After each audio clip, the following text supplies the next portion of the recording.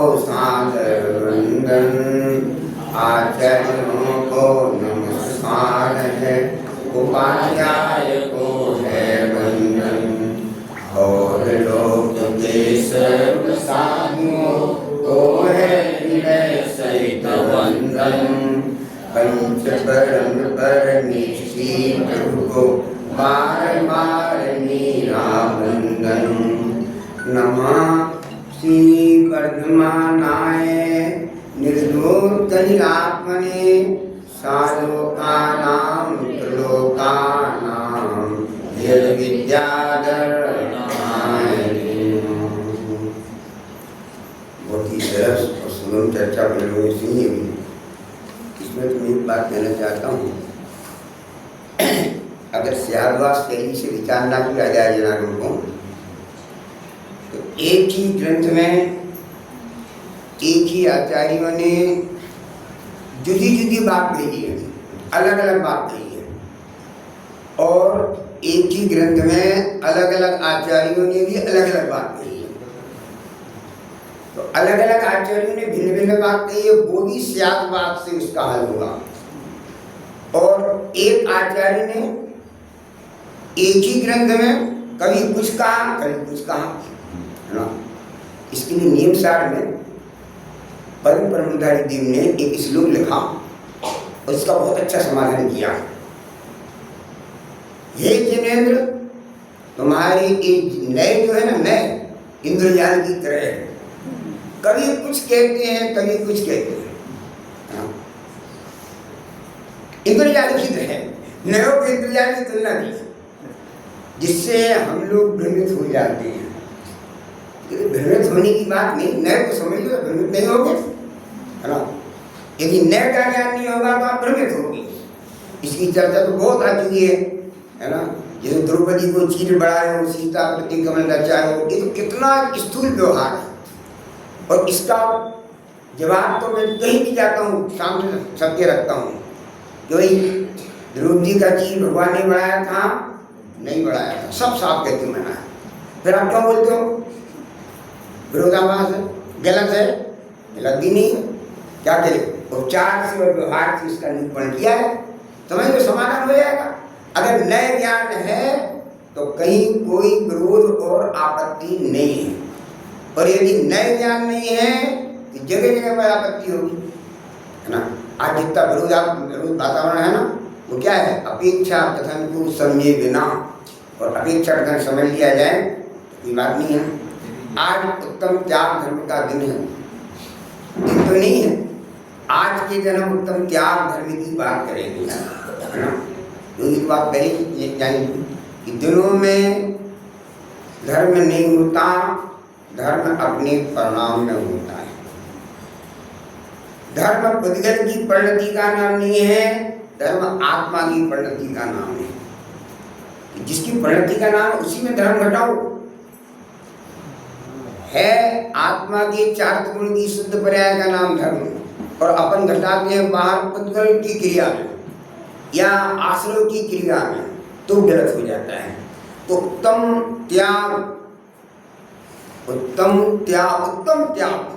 सम्यक दर्शन पूर्वक मोहराग देश भाव का परित्याग करना, वास्तव में उसका नाम उत्तम त्याग धर्म है। आज दान को ही त्याग समझ लिया जाता है। ये तो बहुत विस्तृत है, वेरिजन है, 1 घंटे का समय चाहिए, और अपन को 15 मिनट में बात पूरी करना है ना, इसलिए थोड़ा थोड़ा सा टच करेंगे आपको और आगे चले जाएंगे, है ना। त्याग और दान दोनों को एक माना जाता है, क्योंकि दोनों एक नहीं है। त्याग धर्म है और दान स्वभाव है, पुण्य है, दोनों में अंतर है। दान का भी अपना अलग महत्व है, उसका निषेध नहीं करते अपन, पर दोनों में अंतर भी तो है। अंतर को तो समझना कि नहीं समझना। देखो, त्यागियों के पास रंच मात्र भी परिग्रह नहीं होता, पर दानियों के पास ढेर परिग्रह हो जाता है। लाख 2 लाख करोड़ रुपया दान दे देवे और उसके बाद फिर से उतना कमा के और अपने बाद डिपोजिट कर लिए, है ना। पर जिसने त्याग कर दिया हो, या कोई श्रावक ने 1 लाख रुपये 10 लाख की मर्यादा ली हो, उसके बाद वो 11 लाख कर सकता है क्या? नहीं कर सकता। इससे क्या सिद्ध होता है कि दान और त्याग दोनों अलग अलग चीज हैं, है ना। पर पदार्थों से मोह त्याग कर संसार देह भोगों से उदासीन होना, उसका नाम त्याग धर्म है ना। परद्रव्य से तोड़ने से भिन्न नहीं है। परद्रव्य के राग को तोड़ना है, परद्रव्य को नहीं छोड़ना। छोड़ नहीं सकता, नहीं छोड़ना वाला छोड़ नहीं सकता। और राग टूट जाए परद्रव्य से तो परद्रव्य रह नहीं सकता, है ना।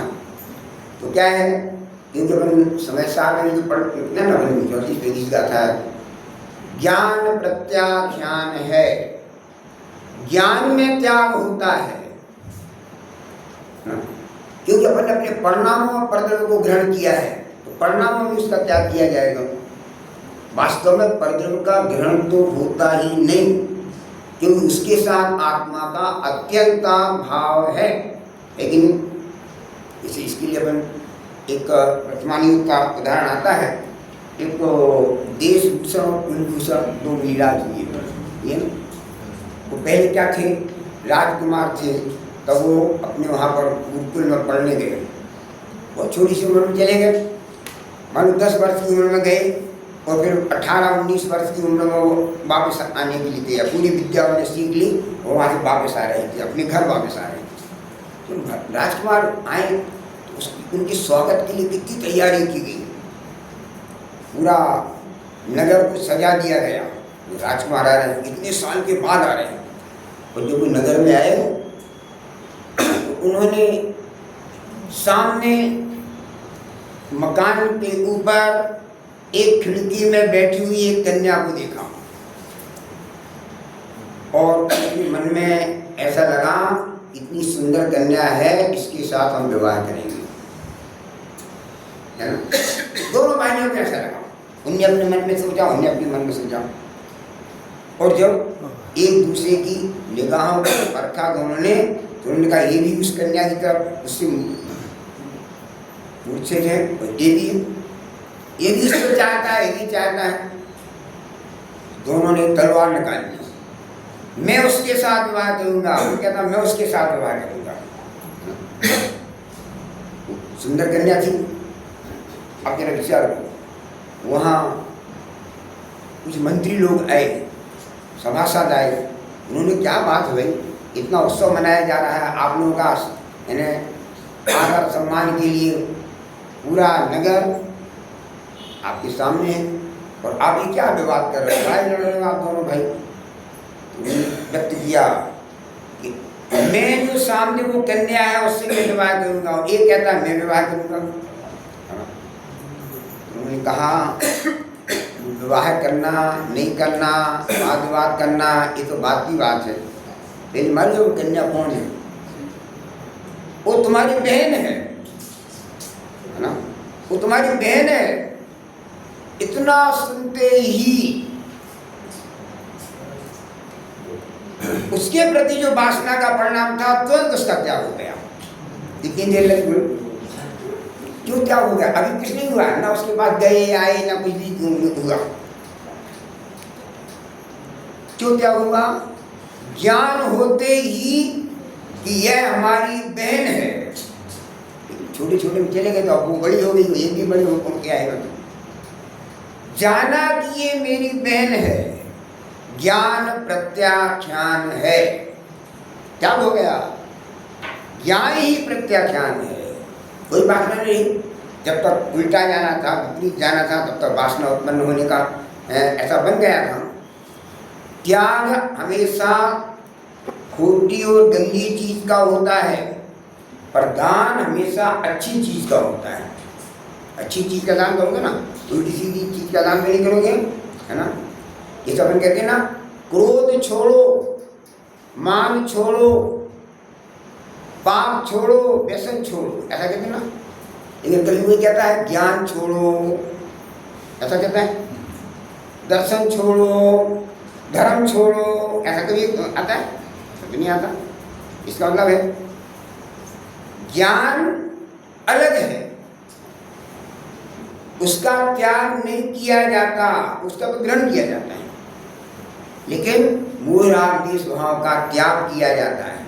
हाँ? एक बात है ना, त्याग और दान को अपन पर्यायवाची मानते हैं। त्याग और दान पर्यायवाची मानते हैं ना कि दोनों एक ही हैं, पर ऐसा नहीं है। अपन त्याग और दान और त्याग में यदि उसको दान और त्याग का प्रयोग करें तो बहुत स्पष्ट हो जाता है। जैसे बोलो आहार दान, और इसके साथ त्याग शब्द लगाओ, आहार त्याग, दोनों एक ही क्या अलग अलग है? आहार दान मतलब आहार का दान देना मुनिराजों को, साधर्मियों को, है ना। और आहार त्याग मतलब आहार का त्याग करके उपवास करना, तो दोनों अलग अलग भी नहीं। इस त्याग और दान दोनों में डिफरेंस समझ में आया कि नहीं आया? चलो और आगे बढ़ो। औषधि दान और औषधि त्याग, अंतर है कि दोनों में, है ना। औषधि रोगियों को देना ये औषधि दान है, और औषधि का त्याग करना, जैसे अंग्रेजी औषधि है या अन्य जो अवक्ष औषधियाँ हैं उसका त्याग करना, तो ये क्या हो गया? दोनों अंदर दिखाई दी नहीं दिखाई दिया। अच्छा आगे देखोगे तो और ज़्यादा खतरनाक है, मतलब इसका अभय दान, उसके साथ त्याग लगाओ, अभय त्याग। अब बताओ कितना बड़ा अंतर आ गया। अभय का दान तो होगा सामने वाले को निर्भीक बनाना, है ना, उसको सुरक्षा देना, पर अभय का त्याग मतलब डरपोक हो जाना, ऐसा है क्या? उसका इसके ऊपर में आहार दान और औषधि दान में तो दोनों ही बातें लागू पड़ती हैं, दोनों ही होते हैं, उसका दान भी होता है त्याग भी होता है, पर अभय का दान होता है त्याग नहीं होता। और चौथा नंबर तो और फिर देखो और स्पष्ट हो जाएगा। क्या है चौथा नंबर? चौथा नंबर क्या है? कौन सा दान है चौथे नंबर का? ज्ञान दान। ज्ञान दान, तो ज्ञान के साथ त्याग लगाओ, ज्ञान त्याग। तो ज्ञान का त्याग होता है, अपन ज्ञान को लेने आए या त्याग करने थोड़ी आए। राधा जी का त्याग करने आए हैं, ज्ञान का तो उपार्जन करने के लिए आए हैं। इससे क्या सिद्ध होता कि त्याग और दान दोनों में बहुत बड़ा अंतर है। दोनों में एक बनी का भ्रम होने का एक कारण भी है। आगम में से अपन इसको पढ़ते हैं तो उसमें से समझ नहीं पाते हैं विवक्षा, है ना। जैसे कि मुस्कान ने कहा विवक्षा नहीं समझने से सब प्रकार की गड़बड़ियाँ होती हैं, तो ऐसे यहाँ पर आगम की विवक्षा नहीं समझे तो कृतियाँ आ जाती हैं। क्या अपने पूजा 10 लक्षण पूजा पढ़ते ना, वो त्याग का छंद आता है। क्या लिखा? उत्तम त्याग कहो जग सारा, औषधि शास्त्र अभय आहारा। इस पंक्ति ने भी अपने को भ्रम में डाल दिया, और पंक्ति ने भ्रम में नहीं डाला, पूजाकार ने भ्रम में नहीं डाला, हमने उसकी विवक्षा नहीं समझी तो हमें भ्रम लगा। क्या लगा? तो बोल क्या क्या कहा उसने? कभी आप लोगों ने ध्यान दिया है? उत्तम त्याग कहो जग सारा, चर्चा काहे की? उत्तम त्याग की। और नाम काहे के गिनाए? औषधि शास्त्र अभय आहारा। नाम दिया है त्याग का और भेद गिना है दान की। तो अपन कैसा लगा? 4 प्रकार का त्याग या 4 प्रकार का दान एक ही बात होगी, ऐसा लगा ना। लेकिन अभी नीचे वाली पंक्ति से बहुत स्पष्ट हो जाता है। नीचे पंक्ति क्या है? नेचे राग देश निर्वारे, ज्ञाता दोनों दान समारे। इस पंक्ति के आधार पर अपन उसको एक ही बात को खुलासा करना है। नेचे मतलब निश्चय से। त्याग किसको कहते हैं? नेचे राग देश निर्वारे। क्या? उत्तम त्याग नेचे राग देश निर्वारी। निश्चय से राग देश का त्याग करना, उसका नाम उत्तम त्याग धर्म है। यहाँ उत्तम त्याग और दूसरी पंक्ति का राग देश निर्वारी, ये इसमें लगेगा, है ना। और वो औषधि शास्त्र अभय आहारा, ये तो दान की बात है, दान की बात है ना। तो आप कहोगे कैसे दान की बात है भाई? तो उत्तम त्याग साफ साफ लिखा है, तो हम तो 4 ही दान को त्याग ही मानेंगे और उसकी चर्चा करेंगे और सबको कहेंगे यार इतना दान करो तो इसका इतना त्याग करो, पैसे का त्याग करो, ऐसा सब कहेंगे नहीं कहेंगे? तो इतनी बात सुनिए, इसमें क्या है? उत्तम त्याग कहो जग सारा। किसने कहा? सारा जगत। सारा जगत उत्तम त्याग किसको कहता है? औषधि शास्त्र अभय। सारा जगत 4 प्रकार के दान को उत्तम त्याग कहता है। ये है ना उसका सारा जगत। और मालूम है, और थोड़ा सा अपन खुलासा करेंगे। सारा जगत जिसे कहता है उसका नाम है व्यवहार, है ना? तो ऊपर की पंक्ति क्या हुई? जग सारा मतलब व्यवहार से औषधि शास्त्र अभय और आहार को उत्तम त्याग कहा गया है। व्यवहार से कहा गया है ना? व्यवहार से कहा है तो व्यवहार से समझो, निश्चय से नहीं कहा। निश्चय से क्या कहा? दूसरी पंक्ति और स्पष्ट कर दिया, नीचे राग देश निर्वारी। निश्चय से राग देश का निवारण करना, उसका नाम त्याग धर्म है। इसको व्यवहार से कहा है। 4 प्रकार के दान को, वास्तव में 4 प्रकार का दान ही है, त्याग बिल्कुल नहीं है। विधि जिनागम में एक व्यवहार नय का खाता है, जिस खाते के द्वारा दान को भी त्याग कहा गया है और यहाँ पूजन कार्य ने उसका प्रयोग भी किया है। किया कि नहीं किया? तो नीचे और एक पंक्ति आती ना, क्या की है? धनी साधु शास्त्र अभय दिवैया त्याग राग विरोध को। यहाँ तो पूरा संधारण किया है ना। ऊपर थोड़ा बंद रखा था कथन को, लेकिन यहाँ तो और खोल दिया। क्या बोला? धनी साधु शास्त्र अभय दिवैया। साधुओं की मुख्यता से कथन है, साधु की मुख्यता से कथन है ना, इसलिए क्या लगा? धनी साधु शास्त्र अभय दिवैया। साधु गण क्या करते हैं? शास्त्र मतलब ज्ञान और अभय मतलब अभय। तो ज्ञान और अभय का दिवैया मतलब दान देते हैं। उन्हें आप क्या करेंगे? बोलो क्या करेंगे? उनके पास क्या होगा? ज्ञान दान होगा, अभय दान करेंगे, बस इतने करेंगे ना।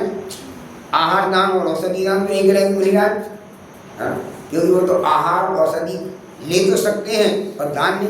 उनके पास है क्या? उनके पास क्या है? कुछ नहीं है, लेकिन वो ज्ञान तो दे सकते हैं, ज्ञान दान तो कर सकते हैं और अभय दान भी कर सकते हैं। तो इसलिए लिखा 2 शब्द वाले लिखे, 4 में से 2 लिखा। क्यों? एक साधु की बात है, गृहस्थों की बात नहीं। तो क्या लगा? धनी साधु शास्त्र अभय दिवैया। मुनिराज ज्ञान दान और अभय दान देते हैं। दिवैया मतलब दान करते हैं, देते हैं ना। और त्याग राग विरोध को अभय क्लियर। त्याग क्या करते हैं? राग विरोध का, देश का। त्याग राग विरोध को, राग है ना राग और विरोध है देश। तो त्याग क्या का होता है? राग देश मोह का होता है त्याग। और आहार आदि का दान होता है, ज्ञान का दान होता है, अभय का दान होता है। तो दोनों में अंतर आया नहीं आया? ध्यान अलग है, दान अलग है और त्याग अलग है। त्याग और दान दोनों अलग अलग चीजें है ना। अपन लोगों को क्या करना? अब संक्षेप में किसका त्याग करना? खोटी चीज का। तो अपने परिणाम में खोटी चीज क्या है? मिथ्यात्व खोटी चीज है। विपरीत मान्यता का त्याग करना, पर मैं कर्ता कर्म की मान्यता का त्याग करना, मैं मनुष्य हूँ ऐसी मान्यता का त्याग करना, शुभ भाव से धर्म होता है ऐसी मान्यता का त्याग करना। त्याग धर्म आज के दिन त्याग धर्म परिणति में प्रकट करना कि नहीं करना। तो सबसे पहले अपनी भूमिका में मिथ्यात्व का त्याग किया जाता है। किया जाता है, किया जाता है। देखो जितनी भी विपरीत मान्यता है अपने यहाँ चलती है, उन सब के संबंध में बात है। इस प्रकार विकारी भाव का त्याग करना और अपने आत्मस्वरूप को ग्रहण करना, इसका नाम संक्षेप में त्याग धर्म की चर्चा करने की। इस त्याग धर्म के साथ यथायुग दान भी होना चाहिए, और अलग है, दोनों अलग अलग है। ऐसा दान करके यथायुग दान हो, गृहस्थाश्रम वालों के यथायुग दान होना चाहिए, नहीं होना चाहिए? क्योंकि गुरुदेव कहते हैं, उनकी व्याख्यान में बार बार आता है, पद्मनदी पंचविंशति का उदाहरण देते हैं। पूर्व का पुण्य से अपन को लक्ष्मी मिली, संपत्ति मिली, तो संपत्ति का उपयोग क्या करना? दान में उसका उपयोग करना, देव गुरु धर्म की प्रभावना में उसका उपयोग करना, साधर्मियों के प्रति उपकारक होकर के उसका उपयोग करना। यदि तुमने संपत्ति पाकर उसका अकेला उपभोग किया तो गुरुदेव कहते बार बार, वो कौए से भी गया बीता है। क्यों? कौआ है ना, कौआ को क्या है, अपन लोग कहते हैं ना, एक खिचड़ी वगैरह बनाते तो जल जाती है, तो अपन उसको बाहर रख देते, नहीं रख देते ऐसा, तो कौआ उसको लेके चला जाता है, उड़ के चला जाता है। तो जली हुई खिचड़ी को भी कौआ क्या करता है, पहले गाँव गाँव करके बहुत सी कौओं को बुलाएगा। वो अकेला नहीं खाता, अकेला नहीं खाता ना, जली खिचड़ी को कौआ अकेला नहीं खाता, अपने बहुत सारे साथियों को बुला के फिर खाता है। और तूने पूर्व में पुण्य किया था, उससे तुम्हारे आत्मा की शांति जली थी, और उसके फल में तुम्हें संपत्ति प्राप्त हुई। यदि उस संपत्ति का अकेला उपभोग करोगे तो कौए से भी गए बीते होगे, है ना। संपत्ति अपने प्राप्त की और उसको 5 दिन के विषय भोग में खर्च करते करते और देह छूट जाएगा, क्या होगा? नियम से नरक गति में जाएगा। अगर कोई चक्रवर्ती है ना, चक्रवर्ती पद में मरण को प्राप्त करे तो कहाँ जाता है? नियम से नरक में जाता है। 2 चक्रवर्ती गए ना, ये चक्रवर्ती भी 6 खंड के वैभव का त्याग करके मुनि दीक्षा निकाय करते हैं और आत्म साधना करते हुए मोक्ष चले जाते हैं, है ना। तो अपन लोगों को भी अपने पास कितनी संपत्ति रहती है और अपन उसको पूरा यहीं पर रख करके और पाप में खर्च करते हुए, जितना धर्म कार्य में खर्च करोगे वो संपत्ति बढ़ती जानी है, घटनी नहीं है। क्योंकि पुण्य का उदय आता है ना, तो पुण्य का उदय का काम क्या है? संपत्ति बढ़ाना। तो इस तरीके से दान कार्य अपना महत्व है। और समय समय पर देव धर्म की प्रभावना में, जिनवाणी की प्रभावना में, सत्समागम में अपने इस द्रव्य का दान करते हुए और अपने परिणामों में वृद्धि करने का उद्यम करना चाहिए। छह ढाला की दूसरी ढाल चलती है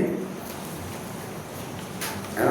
अब इसका अंतिम चरण है, अंतिम चरण है ढाल का, दूसरी ढाल का, और 10 लक्षण का एक अंतिम चरण चल रहा है। जितना है ना अभी आखिरी, बस इतने दिन भी है अपने पास, धर्म के दिन भी इतने ही है और 6 ढाला का अभी विषय जो है ना वो भी इतनी है।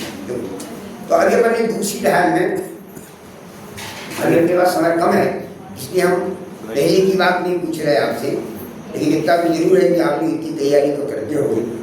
और बड़ी बड़ी बातें अगर आप ध्यान में नहीं भी रखो तो दिन में 1 बार 2 बार 6 ढाला की दूसरी ढाल पढ़कर, तो जिस विधि से, जिस तरीके से वहाँ इसका विवेचन किया गया है, उतने में तो आप पक्के हो जाओ, उतने में पक्के हो जाओ।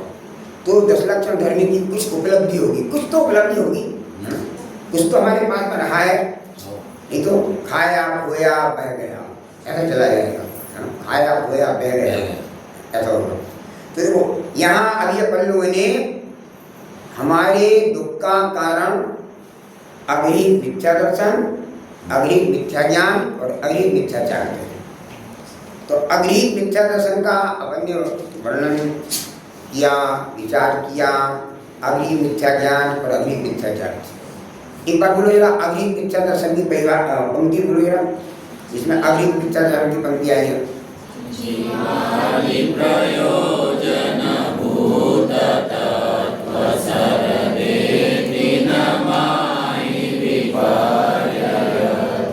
अग्रिम मिथ्या ज्ञान की पंक्ति बोलिए।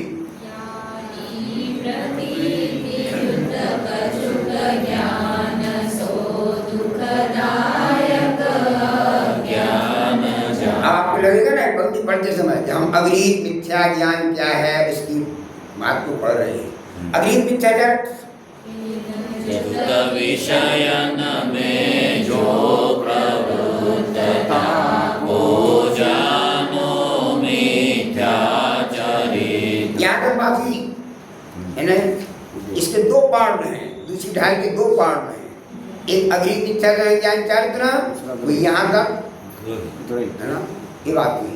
और दूसरा गृहीत मिथ्या दर्शन ज्ञान चरित्र क्या है, क्योंकि सभी का नाम मिथ्या भाव है ना।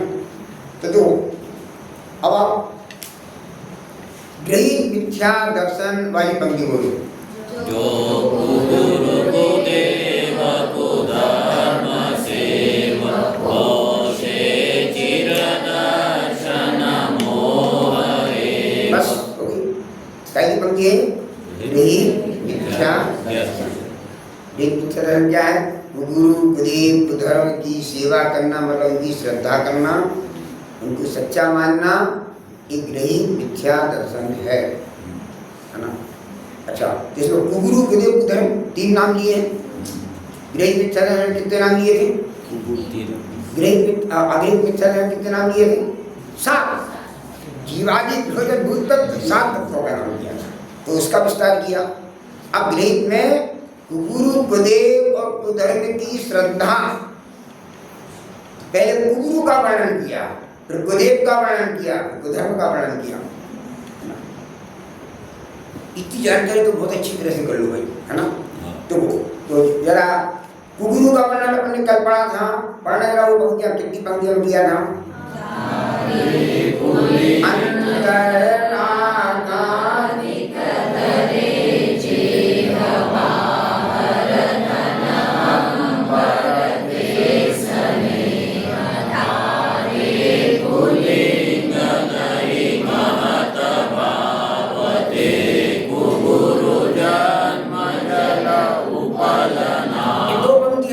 वर्णन किया, गुरु का वर्णन किया। गुरु को क्यों जानना? क्योंकि उनकी श्रद्धा छोड़ना है ना। तो देखो क्या कहते हैं, अंतर रागादिक भाव से मलिन है जिनका, कसाय जिनके अंदर बरतती है, पाप रूप परिणाम जिनके अंदर बरतता है, और बाहर धन अंबर आदि से प्रीति करते हैं। बहुत सा परिचय पाया जाता है, अंदर में रागादिक भाव और बाहर में धन संपत्ति का परिग्रह, और धारे पुलिंग लही मात भाव, महंत बने को प्राप्त हुए हैं। मैं बहुत बड़ा साधु हूँ, महात्मा हूँ, ऐसा मानते रहते आपको? साधु महात्मा मानते हैं? दो यार कितना, और VIP गाड़ियों पर चलते हैं, है ना। ते गुरु जन्म जलो परिणाम, ये गुरु है और ये पत्थर की नाव के समान है कि संसार में डूब देने वाली। अच्छा, पत्थर की नाव बहुत अच्छी मजबूती से बनाई जाए, बढ़िया बनाई जाए डिजाइन से, तब तो वो काम देगी नहीं, तो नहीं। पत्थर की नाव तो डुबा देगी जैसी भी हो, है ना। तो काय की नाव चाहिए? लकड़ी की नाव जो पार करने में कारण बनती है। तो कितना हुआ, कल की चर्चा हो। अब अपन थोड़ा आगे बढ़ते हैं। अब तक किसकी चर्चा आई? गुरुदेव की चर्चा। अगला तो गुरुदेव की चर्चा में कितनी पंक्तियां दी है, देखो जरा पढ़ो।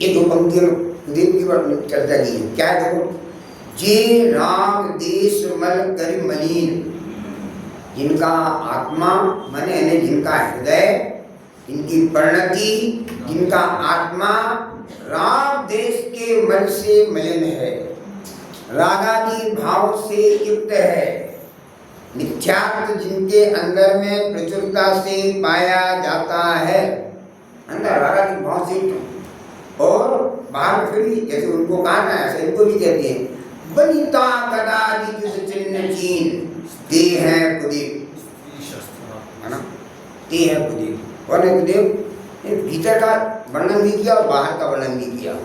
भीतर कैसा है, राग देश भाव से जो युक्त है ना, जो सामने वाले को अपना शत्रु मानते हैं और मित्र मानते हैं, भक्त मानते हैं, मित्र मतलब भक्त मानते हैं।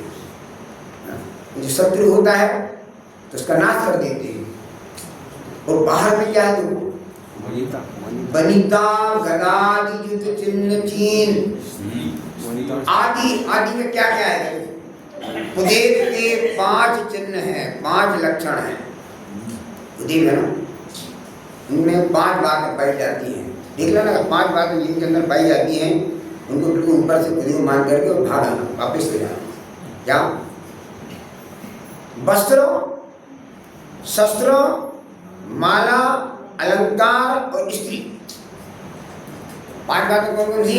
वस्त्र, शस्त्र, माला, अलंकार और स्त्री। ये 5 बातें जिसमें दिखाई पड़ती हैं वो क्या है? कुदेव है। क्यों भाई ऐसा कैसे 5 बातों को सेट करके बोल रहे हैं आप, कुदेव का लक्षण बता रहे हो? तो वस्त्र की जरूरत किसको पड़ती है? हमारे मुनिराज भी वस्त्र नहीं रखती, तो भगवान के पास वस्त्र कैसे होंगे? जब निचली भूमिका में भी वस्त्र का त्याग हो गया तो भगवान की भूमिका तो बहुत ऊंची है ना। वस्त्र है परिग्रह की निशानी है, इसलिए जिनके पास वस्त्र होते हैं वो सुगुरु नहीं है, सुदेव नहीं है, कुदेव है। तो दूसरा नंबर शस्त्र। शस्त्र में काय की निशानी है? शस्त्र काय की निशानी है? बहादुरी की, बहादुरी की निशानी है। अरे दुनिया में भले हो, शस्त्र भय की निशानी है। अपन के तरफ तो भैया जाते हैं बिल्कुल अपने साथ में एक पिस्तौल लेके जाते हैं, ऐसे ऐसे कोई हथियार लेके जाते हैं, कोई गुट्टी लेके जाता है, कोई लाठी लेके जाता है ना, अपनी अपनी योग्यता के अनुसार। क्यों लेके जाते हो? क्यों लेके जाते हो? जैसे बोलो अगर सुबह सुबह कोई मॉर्निंग वॉक में जाना चाहे है ना, तो साथ में बहुत जगह लोग अपनी लाठी लेके जाते हैं, एक लाठी लेके जाते हैं, युवा लोग भी लाठी लेके जाते हैं। क्योंकि लाठी की क्या जरूरत है? बोले रास्ते में कुत्ते बहुत होते हैं, कुत्तों से निपटना पड़ता है। तो क्या है, लाठी क्यों लेके गया? भय है ना, भय। लाठी भय की निशानी है, शस्त्र भय की निशानी है। तुम्हारे भगवान के पास शस्त्र पाए जाते ना, तो कभी कोई जैसे दुर्गा हो या कोई भी हो या जितने भी देवता आदि हैं सबके साथ में शस्त्र होते हैं। उनके हाथों रामचंद्र जी के पास भी धनुष बाण होता है, क्योंकि तुलसीदास जी ने कहा हम तो बिना धनुष बाण वाले राम को नमन नहीं करेंगे, हम तो उन्हीं नाम राम को नमन करेंगे जिनके पास में धनुष बाण होता है ना। शस्त्र वाले हैं, शस्त्र वाले भगवान कैसे हो सकते हैं? जिनके अंदर में भय होता है। तो शस्त्र जिनके पास में पाया जाए वो सच्चे देव का लक्षण नहीं है। अपने भगवान के पास कोई शस्त्र नहीं होता। तो वस्त्र, शस्त्र, तीसरी बात क्या है? माला। माला की जरूरत किसको होती है? माला की जरूरत तो निचली भूमिका वालों को होती है। अपन लोगों को माला की जरूरत होती है, अपने आप को मुनिराज को कोई माला की जरूरत नहीं है। अगर माला रखेंगे तो परिग्रह हो जाएगा, नहीं हो जाएगा, इसलिए उनको भी जरूरत नहीं है। तो माला तो अपरिपक्व दशा वाले भक्तों के लिए है, भगवान के लिए नहीं। लेकिन अगर कोई माला साथ में रखे है तो समझना कि वह सच्चा देव नहीं है। कितनी बातें होगी? वस्त्र, शस्त्र, माला, ये आपको इसलिए रिपीट करते हैं कि अगर आपने पक्का नहीं की हुआ, यहाँ की चर्चा में 5 बातें आई हैं तो 5 बातें आपको पक्की तो हो जाने की नहीं हो जाएगी। घर तक लेके कैसे जाओगे? घर में पूछेगा भैया आज कुलदेव के कौन कौन से 5 चिन्ह बताए हैं, यदि आपको याद नहीं होगी तो कैसे चर्चा करोगे? हालांकि कोई यहाँ से जाने के बाद घर पर एक चर्चा भी करते हैं, है ना? सब तो यहाँ से जाने के बाद यहाँ की बात सब यहीं छोड़ के जाते हैं। सब लोग ईमानदार है ना? बिल्कुल सब ईमानदार है, यही लोग सब ईमानदार होते हैं। ईमानदार कौन कहलाता है? जहाँ की चीज है उसको वहीं छोड़ के आना, यहाँ की चीज ईमानदार का लक्षण। सही बात भी है ना? इसलिए यहाँ गए उन्हें अपनी चेयर दे दी, चेयर आने लगी, चेयर छोड़ के आ जाओ। उन्हें अपनी थाली दी, भोजन दिया तो भोजन थाली वहीं छोड़ के, थाली को वहीं छोड़ के आ जाओ, है ना? ईमानदार है। और एक उसको लेके आ जाए तो चोरी कहलाती है चोरी। जिन्हीं लोग ये बात इतनी ईमानदार होते हैं वो ईमानदारी यहाँ भी प्रयोग करते हैं। एक तो जनवाणी की बात है तो हम यहीं छोड़ के जाते हैं, घर नहीं ले जाएंगे, इतनी ईमानदारी। यहाँ तो उल्टा कहते हैं भैया जितना लूट सको उतना लूटो, जनवाणी एक ही, है ना? तो कितनी बात हुई? वस्त्र, शस्त्र, माला, चौथा नंबर अलंकार। तंत्र के देखो तो कितने अलंकृत होते हैं, कितने उनको नाना प्रकार से सजाया जाता है, नहीं किया जाता है, रंग रोगन किया जाता नहीं किया जाता है, कि अलंकार होता है। अपने भगवान के पास कुछ नहीं है। एक चंदन का टीका भी नहीं लगाते, एक चंदन भी लगा लो तो वो अपूज्य हो जाती है प्रतिमा। एक वस्त्र का ताना बाना ही नहीं रखते, एक वस्त्र का ताना बाना प्रतिमा पर हो तो प्रतिमा बनी ही नहीं है।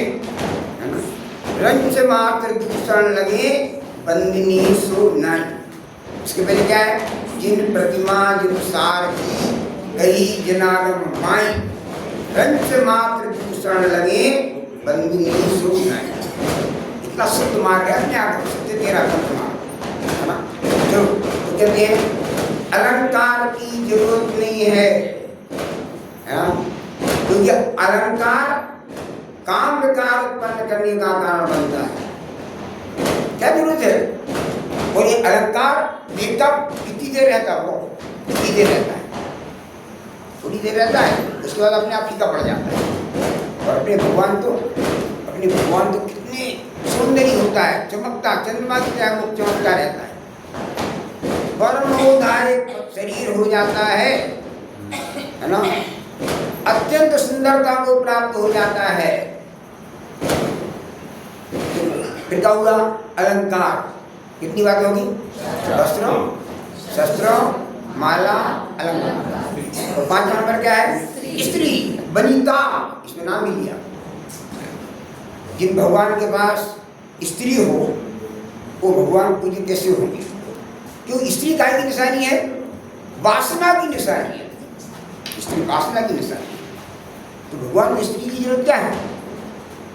लेकिन अन्य मत में एक भगवान के साथ में एक भगवान नहीं होती है, नहीं होती। राम के साथ सीता, शंकर के साथ पार्वती, कृष्ण के साथ राधा, नहीं होती है। भगवान के साथ ये जोड़ा रहता नहीं रहता है। भैया स्त्री की क्या जरूरत है? हमारे मुनिराज तो सर्व स्त्री आदि को छोड़ के और निर्गुण दशा को प्राप्त हुए थे, और ये तो और ऊंचे दर्जे की बात है। भगवान उनको स्त्री की क्या जरूरत है? अब तो उनने मुक्ति स्त्री का वर्णन किया है। ये जड़ देह वाली स्त्री से उन्हें क्या प्रयोजन है? तो अनुमत में तो भाई एक भगवान उनके साथ स्त्री ऐसा जोड़ा होता ही होता है। तो जिन लोगों को भी ऐसा लगा सब भगवान के साथ एक एक स्त्री होती है ना? तो अपने यहाँ तो अपने भगवान अकेले अकेले रहते हैं तो अच्छे नहीं लगते ना, क्योंकि काम वासना से तो परिणाम वालों को अकेले ना स्वयं अकेला अच्छा लगता है ना सामने वाला अकेला अच्छा लगता है। तो उसने क्या कर दिया? अपन लोगों ने दी अपने भगवान के साथ एक स्त्री रख दी। और क्या हुआ? वो स्त्री बहुत बड़ी और भगवान इतने से छोटे से, है ना? पद्मावती है, है ना? क्योंकि अपन भी तो अन्य लोग कम थोड़ी है, कम रहना भी नहीं चाहिए ना, है ना? तो वहाँ से ये सब क्या पूरा। अब अंतर ये रहा कि अपन यहाँ के भगवान है ना, वेदी पर विराजमान भगवान, उनको श्रृंगारित नहीं कर सकते, उन पर कुछ नहीं कर सकते, वस्त्र नहीं पहना सकते, आभूषण नहीं पहना सकते, भले अन्य लोग पहनाते हो, तो उस पर तो कुछ नहीं कर सकते। लेकिन अपने अंदर का राग ऐसा होता है कि भगवान पर कुछ नहीं किया, पर जहां भगवान विराजमान है उस वेदी को सुसज्जित कर दिया। कितना है ना, सोने से, अन्य अन्य से और भी अलंकृत कर दिया, नहीं कर दिया। वहाँ नहीं कर सकते तो यहाँ कर सकते हैं, नहीं कर सकते। ये बात ऐसी है जैसे आज कोई 70 साल का 80 साल का व्यक्ति है, उसको आधुनिक पोशाक नहीं पहन सकता है। कोई आधुनिक पोशाक पहनेगा, कोई स्त्रियाँ आधुनिक पोशाक पहनेंगी, नहीं पहनेंगी, छोटी छोटी वस्त्र पहनेंगी, नहीं पहनेंगी, वो तो नहीं पहनेंगी, क्योंकि अब इस मोर को हमें अच्छा कहाँ लगता है। लेकिन लड़के, बच्चे, पोते, पोतियाँ छोटे छोटे वस्त्र पहनते हैं, श्रृंगार करते हैं, तो उनको देख देख के प्रसन्न होता है कि नहीं होता? होता है। प्रसन्न होना ये भी एक परिणाम की विकृति है। इसका मतलब है अभी तुम्हें हुआ है अनिष्ट नहीं लग रहा, अनिष्ट नहीं लग रहा, अंदर परिणाम देखो ना, परिणाम देखो। भले स्वयं वस्त्र नहीं पहनते हो, लेकिन अपने बच्चों के वस्त्र पहनके तो हर्षित होते ही नहीं होते हैं, है ना। जैसे भगवान को अपन ने कुछ नहीं किया, लेकिन वेदी को सजा देते नहीं, सजा देते हैं, तो कहाँ जाता है अपना ध्यान? वेदी, सही धजी वेदी पर जाता है। कितनी मनोहारी वेदी है, ऐसा कहते नहीं कहते। अरे भैया, तुम्हें तो भगवान को देख के वितरागता और सर्वज्ञता याद करने के लिए तुम यहाँ पर आए थे। तुम मनोहारी वेदी, सुसज्जित वेदी को देख देख करके रागी होके चले गए। फिर से क्या कर रहा हूँ, क्या कर रहा हूँ? हाँ, तो ये तो अपने अन्न वस्त्र में से अपनी में क्या विकृति आ गई है उस पर विचार किया, क्योंकि दोष तो अपना निकालना है ना। अन्नमति ऐसा दोष भगवान के समय में उनके यहाँ ऐसा होता है, खुदेव ऐसे होते हैं, उनके भगवान ऐसे होते हैं, ये बात तो अपन ने समझ ली। और अपन भी उन जैसी कुछ कुछ गलती करते हैं, वो गलती का निवारण करना।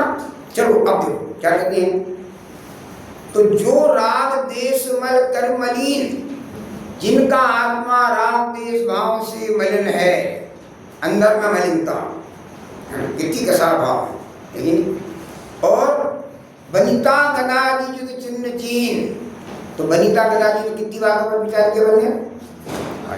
उदय के कितने चिन्ह हैं? 5। एक बार फिर से बोलता ना, कौन कौन से हैं? शस्त्र, माला, अलंकार, स्त्री। एक बात है, बराबर आप लोगों को तैयार रह गया।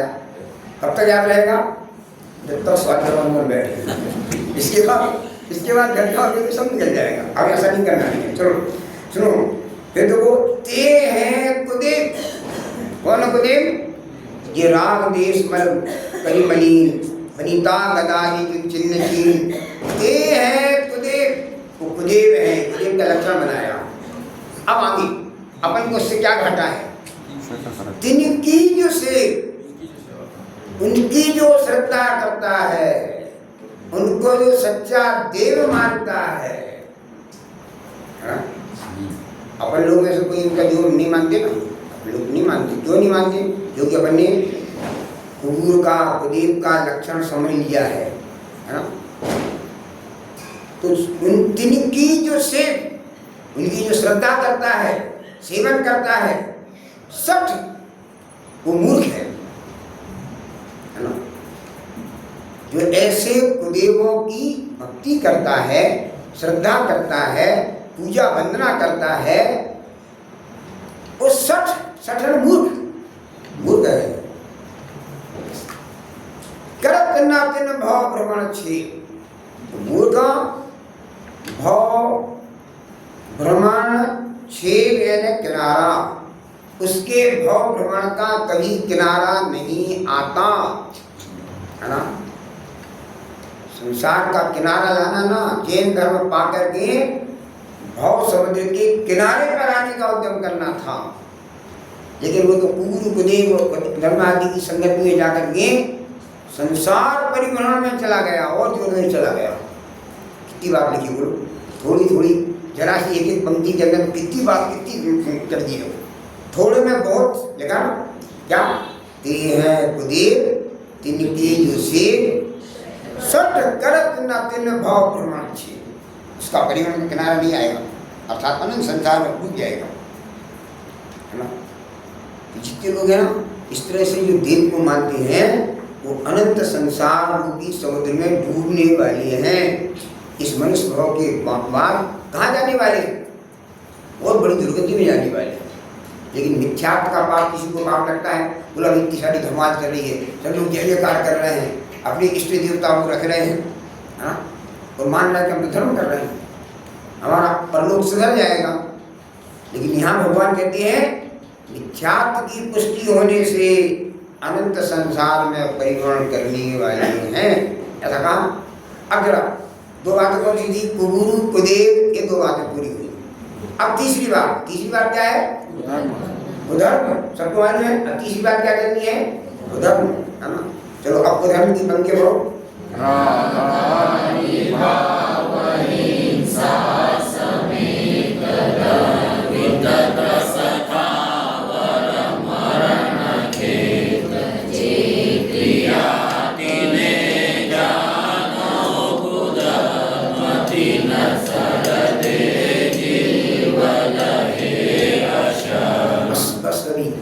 आगे की पंक्ति भी इसी से अटैचमेंट है, लेकिन अभी यहाँ तक इन दो पंक्तियों में किसकी चर्चा आई?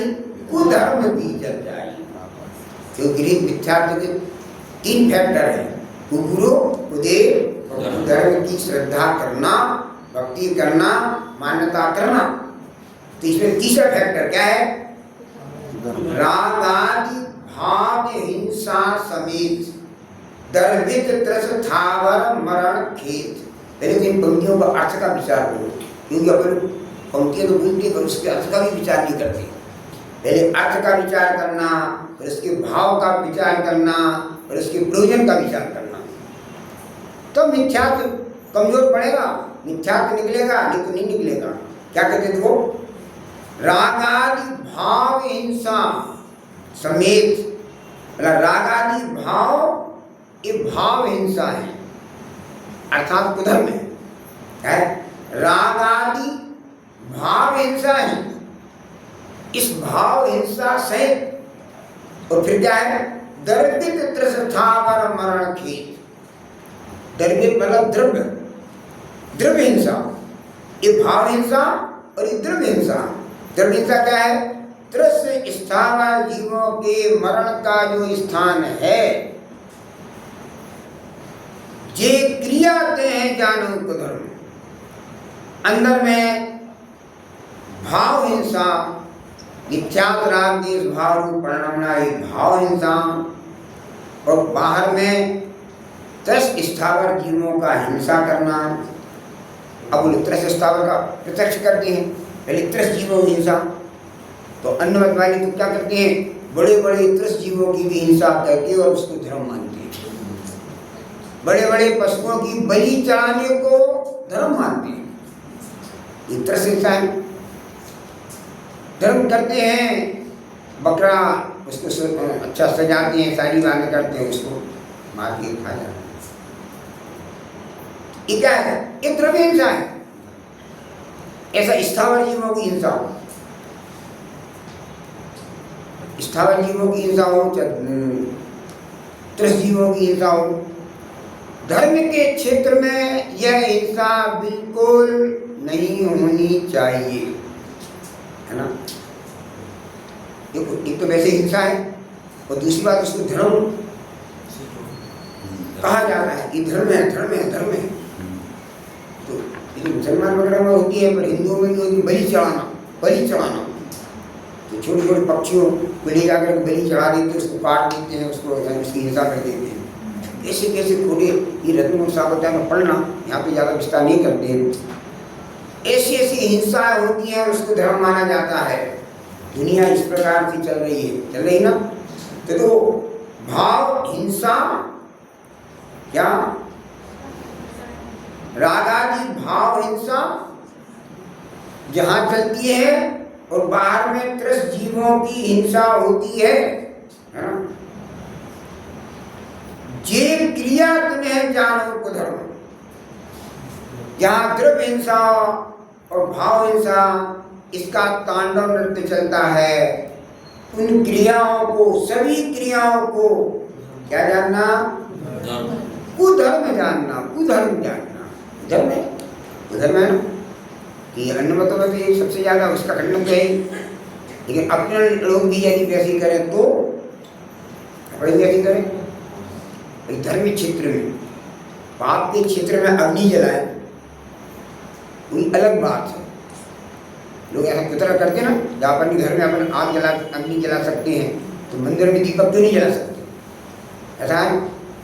लेकिन भैया ये धर्म क्षेत्र है, यहाँ त्रस्त स्थावर जीवों की विराधना हो, ऐसा काम नहीं करना, हिंसा काम। और अपना धर्म तो अहिंसा वाला है, अहिंसा परमो धर्म। ऐसा दीपक जलाने में प्रत्यक्ष में दिखता है ना, रात्रि में आरती करते हैं, दीपक जलाते हैं, तो उसमें अगर आप सुबह देखो ना, कितने सारे जीव, इतने बड़े बड़े जीव उसमें मरे हुए देखने में आते हैं। पतंगे आदि इसमें आगे मर जाती हैं, मर जाती नहीं, मर जाती। इसलिए ऐसी प्रवृत्ति मंदिर में नहीं करनी चाहिए। जैसे तो एक बात है, खास बात है कि जैन धर्म प्रवृत्ति का धर्म है ही नहीं, है ना, प्रवृत्ति का धर्म नहीं है। फिर भी उसमें जितनी कम से कम प्रवृत्ति हो उसको करना। जैसे है ना, अपन लोग पूजा करते भगवान की, तो कोई सचित्र सामग्री नहीं चढ़ाती, फल आदि नहीं चढ़ाती, धूप नहीं चढ़ाते, अग्नि में धूप नहीं डालते, है ना, दीपक नहीं जलाते, नैवेद्य में ये कोई बाहर के व्यंजन पकवान आदि बना के नहीं लाते, है ना। अब पहले की पूजा में लिखा है क्योंकि उस समय ऐसा वातावरण चल रहा था, लेकिन आज तो अपन ने समझ लिया है ना, तो उस तरह की प्रवृत्ति तो अपन नहीं करेंगे। पुष्प में फूल लाके चढ़ाते हैं, अब फूल में कितनी तरह राशि होती है, सचित्र फूल लाके लोग चढ़ाते हैं, भगवान पर के ऊपर रखते हैं। फूल में इतनी अधिक जीव राशि होती है, जिसको तोड़ के लाने में, वहां रखने में बहुत जीवों की हिंसा होती है। तो अपना धर्म तो भैया हिंसा जितनी कम से कम हो या बिल्कुल ना हो। तो लोग आगे प्रश्न करते हैं ना, ठीक है तुम ऐसा कहते हो, फिर तुम लोग जल को गर्म करते हो, तो वहाँ गैस जलाते हो, अग्नि जलाते हो, तो उससे भी तो होता है। लेकिन इसमें इतनी हिंसा नहीं है जितनी अन्य बातों में हिंसा होती है ना। अच्छा, और उसमें परिणाम उज्ज्वल नहीं रहते, परिणाम में मलिनता आती है। देखो तो क्या कहते हैं, ये क्रिया तिन्हें जानो कुधर्म, और उसका फल क्या है, जिन श्रद्धें जीव लहे असर। ऐसे कुधर्म की श्रद्धा करने वाला जीव असर का मतलब दुख, अनंत दुख को प्राप्त होता है। क्या या ग्रहित मिथ्यात्व ज्ञान, किसको ग्रहित मिथ्यात्व ज्ञान, गुरु उपदेश कुधर्म के प्रति श्रद्धा करना, इसको ग्रहित मिथ्यात्व ज्ञान है ना। अब सुन ग्रहित जो है अज्ञान, तो अभी ग्रहित मिथ्यात्व की बात हुई पूरी, गुरु उपदेश धर्म के स्वरूप की चर्चा हमने की। अब ग्रहित मिथ्या ज्ञान क्या है और ग्रहित मिथ्याचार क्या है, उसकी बात अपन कल करेंगे ना, जिससे अपन जितना जितना ये समझते जाएंगे, मिथ्यात्व की समझ करेंगे, उतना उतना मिथ्यात्व अपने अंदर से निकलता जाएगा, है ना। और सच्चे एक गुरु धर्म पर अपनी श्रद्धा होगी और अपन लोग मोक्ष मार्गी होंगे।